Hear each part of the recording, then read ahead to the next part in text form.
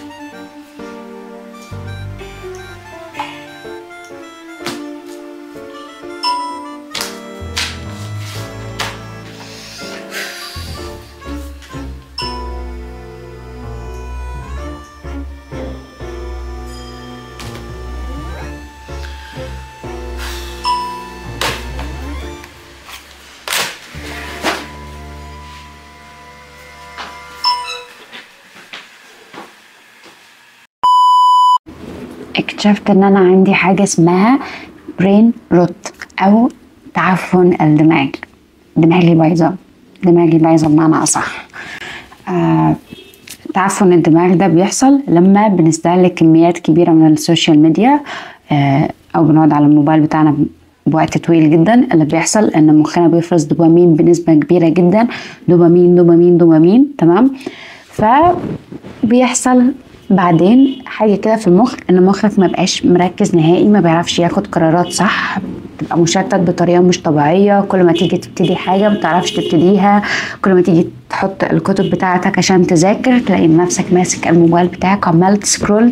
اي نوتيفيكيشن تيجي بتخرجك من التشتت او بتخرجك من التركيز بتاعك، تعمل اي حاجة تمام غير ان انت تبتدي في المهمة اللي انت المفروض تبتدي. وده اللي عندي. تمام. وعشان اتخلص من تعفن الدماغ بتاعي ده محتاجة اعمل حاجة اسمها دوبامين ديتوكس.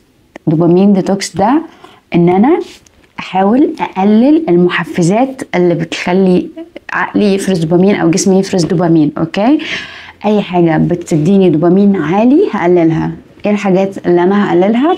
السوشيال ميديا، سكريات، تمام، ميوزك، مش هسمع اغاني لمدة اسبوع كامل من غير سوشيال ميديا، اسبوع كامل من غير اي محفزات عالية للدوبامين عشان اتخلص من تعفن الدماغ اللي عندي. دماغي بايظة على رأي ابن اختي، لما بيشوفني قاعدة على الموبايل كتير بيقولي دماغك هتبوظ يا خالته.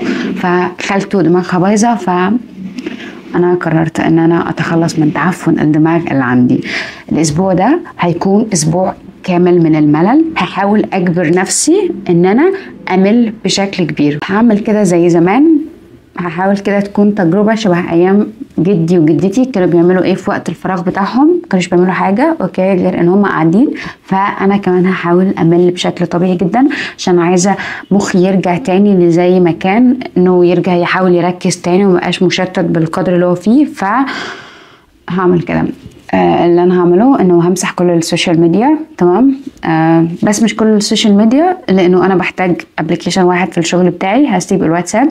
بس هحاول ان انا ما افتحش الواتساب الا للضروره، تمام. وهلغي كل النوتيفيكيشن اللي على الموبايل بتاعتي، مش هخلي الموبايل يديني اي نوتيفيكيشن، لان لما بيظهر نوتيفيكيشن بتشتت بشكل كبير جدا. فاما همسح السوشيال ميديا، اما احطها كده في مكان واعمل لها لوك، تمام. ومش هنسمع اي ميوزك واحنا بنتمرن واحنا بنعمل اي حاجه، مش هعمل كده عشان ستيل الميوزك او البودكاست او اي حاجه انا اسمعها دي ستيل بتلهي مخي، وانا مش عايزه الهي مخي او كده. انا عايزه ان هو يركز ويعيش اللحظه اللي هو يعيشها. بالعكس هو كمان عايزه يحس بملل، لانه الملل احيانا مفيد لينا، وده اللي انا هعمله، تمام. واكيد هقلل سكر كمان، لان السكر من حاجات كمان اللي بتدي دوبامين راش كده عاليه. فهعمل كده اسبوع كامل من الملل، وبكره هيكون اول يوم. لانه ببساطه كده زي ما قلت لكم انا مش بركز نهائي. وبعدين اكتشفت كده، رحت اشوف السكرين تايم على موبايلي. خليني اوريكم السكرين تايم انا انصدمت ازاي. اوكي، النهارده السكرين تايم بتاعي مش عارفه باين عندكم ولا لا، بس 10 ساعات. اوكي خليه يبان كمان، ماشي. هو عامة يعني يا جماعة 10 ساعات و27 دقيقة. أنا اوريدي مش بنام ال10 ساعات دول، يعني ده أكتر من الوقت اللي أنا بنامه، فدي مشكلة. لما جيت أشوف مثلا النهاردة، تخيلوا أنا لقيت 4 ساعات وشوية في الابليكيشنز بتاعت الشوبينج.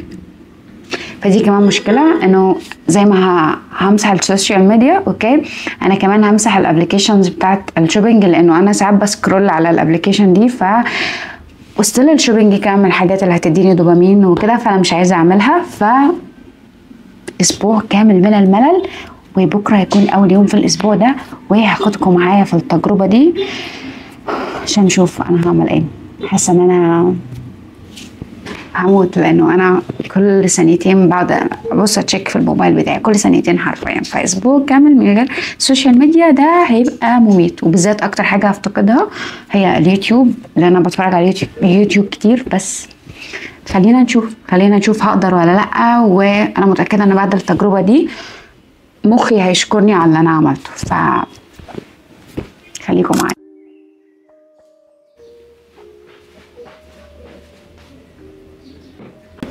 صباح الخير. النهارده اول يوم من التجربه.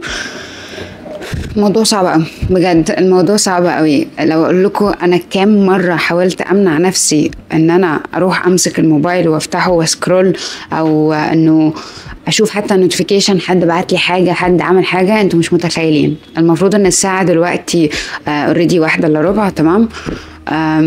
الموضوع صعب قوي بجد، الموضوع صعب قوي. فوق ال 15، فوق كتير قوي بجد. عماله كل شويه اروح الموبايل بعدين ارجع امسك ايدي تاني، اروح الموبايل وبعدين ارجع امسك ايدي تاني. المفروض ان انا كنت اول حاجه بعملها اول ما بصحى من النوم، اول ما افتح عيني كده، ان انا بمسك الموبايل بشوف انستجرام، بتشيك اي حاجه لو حد بعت لي حاجه. طبعا ما عملتش اي حاجه من الحاجات دي خالص، ما رضيتش امسك الموبايل اصلا وقمت على طول. وبعدين فطرت. في العادي ان انا وانا بفطر برضو ببقى ماسكه الموبايل وبقعد اسكرول وكام. ما عملتش حاجه من الحاجات دي. الموضوع كان ممل بس عادي، تمام. وبعدين حسيت ان انا مش قادره، في حاجه مش طبيعيه، زهقانه كده. وبعدين قلت هقوم اقف شويه في البلكونه، شم شويه هوا وافتح مخي كده، والشمس كان حلو كل حاجه. بس ستيل حاسه ان الوقت مش بيعدي. كل شويه ابص في الساعه، الوقت مش بيعدي. في حاجه مش طبيعيه، كنت حاسه ان في حاجه مش طبيعيه. اللي حصل كمان الصبح ان انا كان المفروض عندي تمرين بدري، شغل بدري يعني وكده. وبعدين المفروض ان البنت لغت التمرين، بعتت لي على الانستجرام عشان تلغي التمرين. فانا اوريدي ماسحه الانستجرام، ففضلت قاعده كده مستنياها. وبعدين بعد ما عدى شويه وقت برن عليها، هاي انت فين؟ قالت لي انا بعتلك من بدري، انا مش جايه. فلو اوكي، دي اول سايد افكت من ان انا مسحت السوشيال ميديا، بس تمام يعني. بس موضوع صعب. المفروض ان انا دلوقتي هعمل ايه؟ احنا قلنا ان انا كل يوم هحاول اجبر نفسي ان انا اعمل حاجه ممله عشان مخي يتعود على الملل عادي. فالحاجه الممله اللي انا هعملها دلوقتي اوكي بالنسبه للزون اللي انا فيها، عشان في ناس ممكن تتفق وتختلف معايا ان انا هقرا. بالنسبه للزون اللي انا فيها دلوقتي القرايه مش احسن حاجه، تمام. انا الكتاب ده اوريدي بادئه من يناير واحنا في فبراير، ولغايه دلوقتي لسه مش عارفه اخلصه، بتشتت، حوار صعب. فهجبر نفسي ان انا هقعد ساعه كامله افضل اقرا. اوكي هظبط التايمر على الموبايل، هبعد الموبايل وهفضل اقعد ساعه كامله مش بعمل حاجه غير ان انا اقرا. انا عارفه ان الموضوع هيكون ممل، وانا عارفه ان انا هتشتت كتير وممكن اسرح كتير، بس انا مش مستنيه كتير من اول يوم بصراحه، ومش مستنيه كتير كمان من اول اسبوع، بس يعني هحاول ان انا اجبر نفسي على كده عشان انا لازم اعمل كده. اوكي بس في ناس بقى ممكن تكون شايفه ان القرايه ممكن عادي تديها دوبامين وان القرايه مش ممله وكده، يعني ما شاء الله عليكم. بس انا زي ما قلت لكم بالنسبه للزون اللي انا فيها حاليا بس خلينا بقى نظبط التايمر ونبتدي قرايه.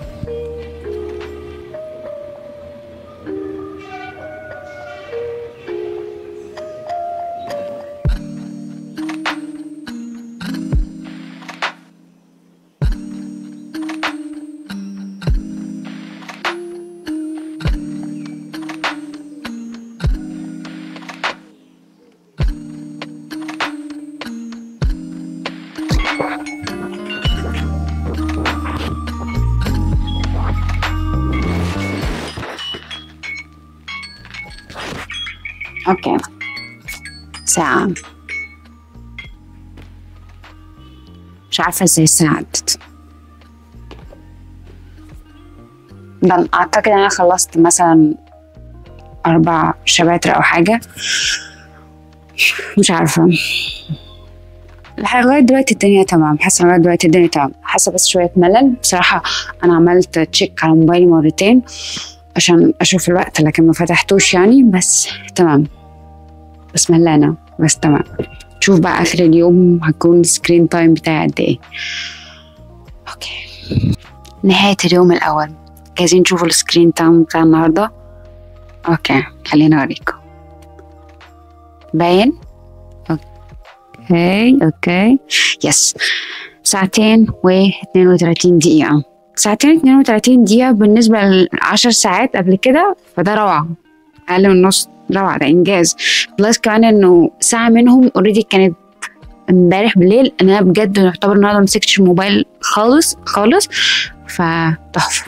تقييمي لليوم النهارده 8/10، لا 7/10. 7/10 كنت حاسة شوية بملل، بس الشغل شوية نساني. فخلينا نشوف بكرة السكرين تايم هتبقى قد ايه، بس يعني لحد ما حلو.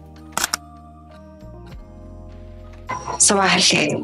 النهارده اليوم الثاني من التجربة، والحاجة المملة اللي أنا اخترت أعملها النهارده هي إن التمرين بتاعي يكون زي ما اتفقنا من غير أي مؤثرات أو أي مشتتات خارجية، ولا ميوزك ولا بودكاست ولا قرآن ولا أي حاجة.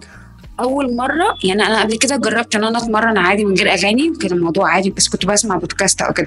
بس أول مرة أجرب إن أنا بتمرن في صمت رهيب. لا كنت متخيله بصراحه ان الموضوع هيبقى ممل قوي، اوكي، او الوقت هيعدي ببطء. هو الوقت عدى ببطء شويه، بس هو مش ممل، ما كنتش حاسه بملل، لا انا كنت حاسه بالعكس ان انا مركزه في التمرينه بطريقه مش طبيعيه، وكنت حاسه ان انا الماسل مايند كونكشن المره دي كان قوي قوي. فبسطت بصراحه. التمرينه ممكن اديها 10/10 ونجمه كمان من كتر ما انا كنت مبسوطه، وكنت حاسه ان انا تمام مركزه وكده، فلا حلوة قوي.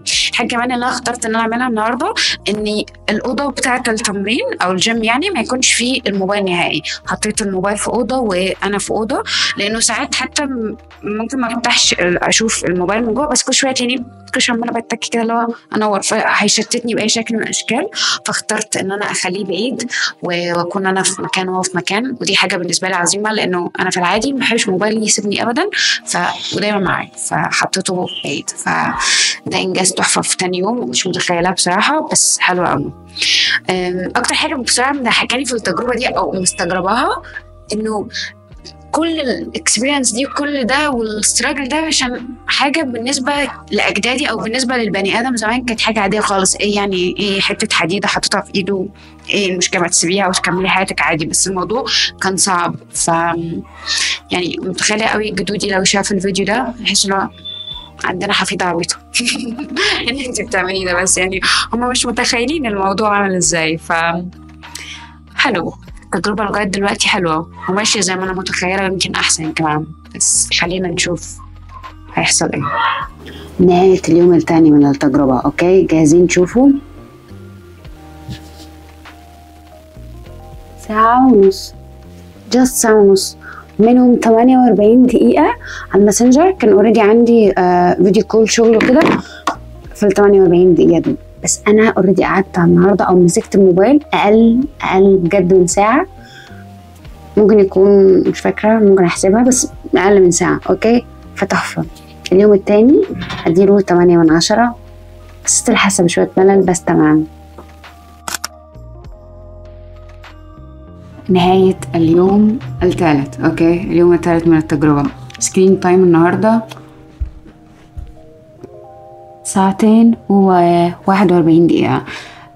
اوريدي ساعتين بالظبط و9 دقايق على الماسنجر، دول كانوا الشغل بتاعي وكان درس القرآن، فدول مش محسوبين، ده لازم يعني ما كنتش ماسكة الموبايل فيهم الا بلعب او بسكرول او كده. الباقي بقى اعتقد الباقي 41 دقيقة او يمكن اقل كمان، على ان الوقت اللي انا مسكت فيه الموبايل، فده بالنسبه لي تحفه. النهارده اصلا اوريدي كان يوم اجازتي، فما مسكتش الموبايل كتير، كنت قافله اصلا النت طول اليوم يعتبر، ف حلو. ده نهايه اليوم بالنسبه لي. المفروض انا دلوقتي عايزه اعمل حاجه، تمام؟ انا هكمل قرايه، عايزه ان انا اخلص الكتاب النهارده. انا مش عارفه هقدر ولا لا، بس يعني دول الشويه اللي فاضلين لي. اوكي، فخلينا نحاول. حاسه ان الميشن صعبه، بس هحاول. نشوف كده لو عدى ساعة ساعتين هخلص قد ايه، بس اتمنى ان انا اخلصه النهارده. خلينا نشوف.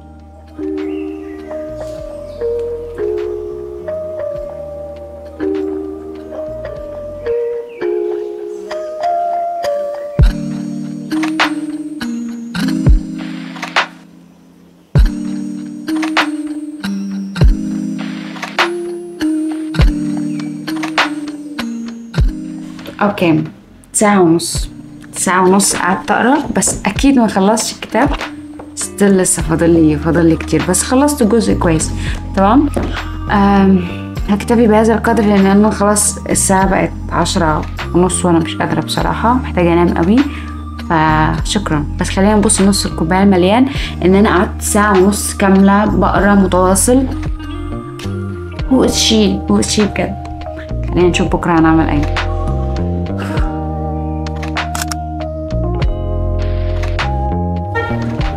صباح الخير. النهاردة اليوم الرابع، تمام؟ كان عندي شغل الصبح، الدنيا تمام، ومفروض ان بقية اليوم انا مش هكون موجودة في البيت. هخرج الأول مع صاحبتي، وبعدين صاحبتي عندها ميعاد مع دكتور السنان. فالميشن النهاردة ان الوقت اللي انا هستنى فيه صاحبتي عند دكتور السنان، واللي هيكون اكتر وقت ممل في الدنيا، اني ما امسكش فيه الموبايل ولا اقعد اسكرول ولا اعمل اي حاجة. انا بقولكم من دلوقتي، انا عارفه ان الموضوع صعب وممكن افشل فيه بصراحه، عشان يعني مش متخيله الوقت ده انا قاعده، بالذات لما بتبقى في مكان عام كده اللي هو مش عايز حد يبص عليك، فتفتح موبايلك عشان تقعد تتكلم فيه. بس انا هحاول ان انا ما اعملش كده، تمام؟ ده اول حاجه. خليني بس اوريكم كمان السكرين تايم النهارده عشان نحكم قبل وبعد. اوكي، لغايه دلوقتي الساعه 36. ليه؟ لان انا كان عندي شغل الصبح، بلس ان بقية الوقت النهارده قعدت كتير على الواتساب، عشان كانت واحده صاحبتي بتسالني على حاجه، عايزه اجيب سبيننج في البيت، ففضلنا نتكلم شويه، حبيت اساعدها يعني.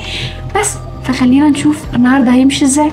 بس لغايه دلوقتي في التجربه انا حاسه ان انا تمام، وحاسه ان انا بدات اتعود شويه على عدم وجود الموبايل، وعادي ممكن اسيبه بالساعات كتير، ممكن اقفل النت اصلا واسيبه عادي. فلغايه دلوقتي التجربه ماشيه تمام. رابع يوم.